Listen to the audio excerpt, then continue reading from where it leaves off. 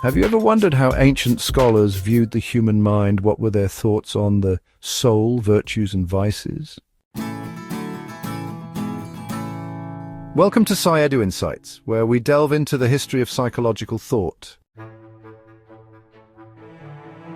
Al-Ghazali was a prominent thinker whose influence spanned both philosophy and psychology.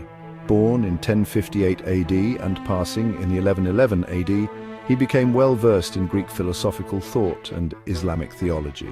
This deep understanding led him to recognize a significant tension between philosophy and religion, a conflict that deeply disturbed him and affected his health.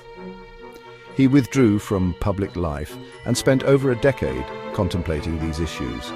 Eventually, he found a personal resolution which helped restore his well-being. Al-Ghazali offered a profound view of the human soul. He believed that the soul was divine in origin, citing that God had breathed his spirit into humanity. This view placed the soul at the core of human existence and led him to disagree with Aristotle's idea of body-soul unity. One of Al-Ghazali's notable contributions was his classification of virtues. He differentiated between positive virtues, which involve performing good deeds, like helping the needy, and negative virtues, which involve refraining from wrongdoing, for example, avoiding crime. He also described three levels of existence. The lowest is the material world, the middle is the physical realm, and the highest is the divine or spiritual world. Al-Ghazali also outlined several human vices, including physical vices like excessive hunger and sexual desire, as well as moral vices such as abusive speech dominance over others, what he called self-assertion, love of wealth, and hypocrisy. Self-assertion, in his terms, was being overly dominant and ignoring others' perspectives. The love of wealth, he argued, often led people to abandon ethics. Hypocrisy, he believed, meant pretending to be someone different from one's true self. He further identified four types of love: self-love, or love for one's own well-being; love for a benefactor, such as affection for one's parents; love of beauty, a natural human tendency; and love of harmonious relationships, the instinct to connect with others. A key psychological insight from Al-Ghazali was his concept of two types of self, or nafs. The first is Nafs al Ammārah, which is the base or flawed self, driven by desires and dissatisfaction.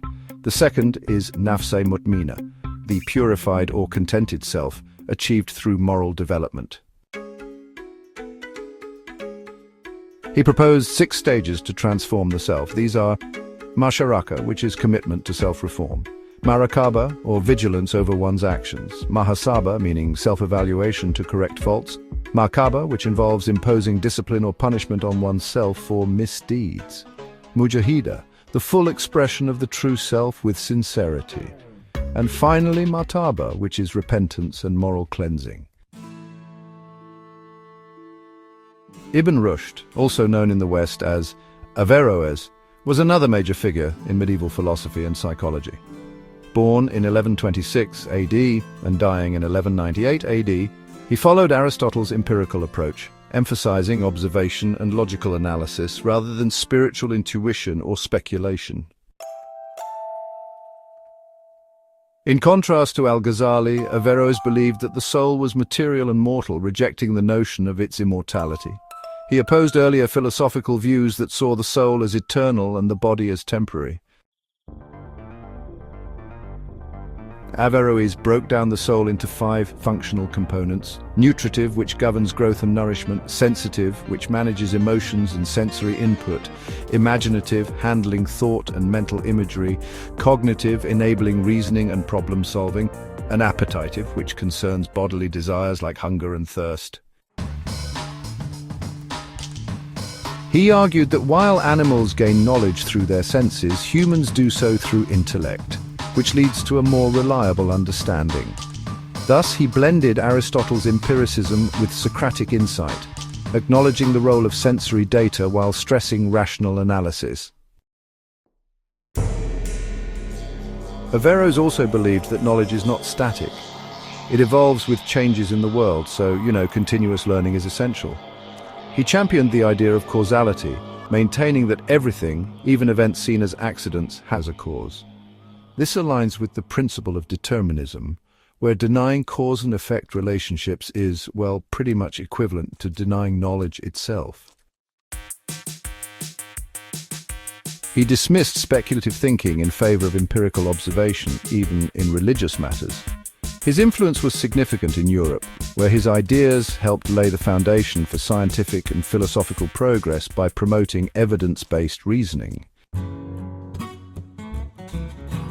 Thank you for joining us on this journey through medieval psychology. If you enjoyed this video, please like, share, and subscribe for more insights into the world of psychology.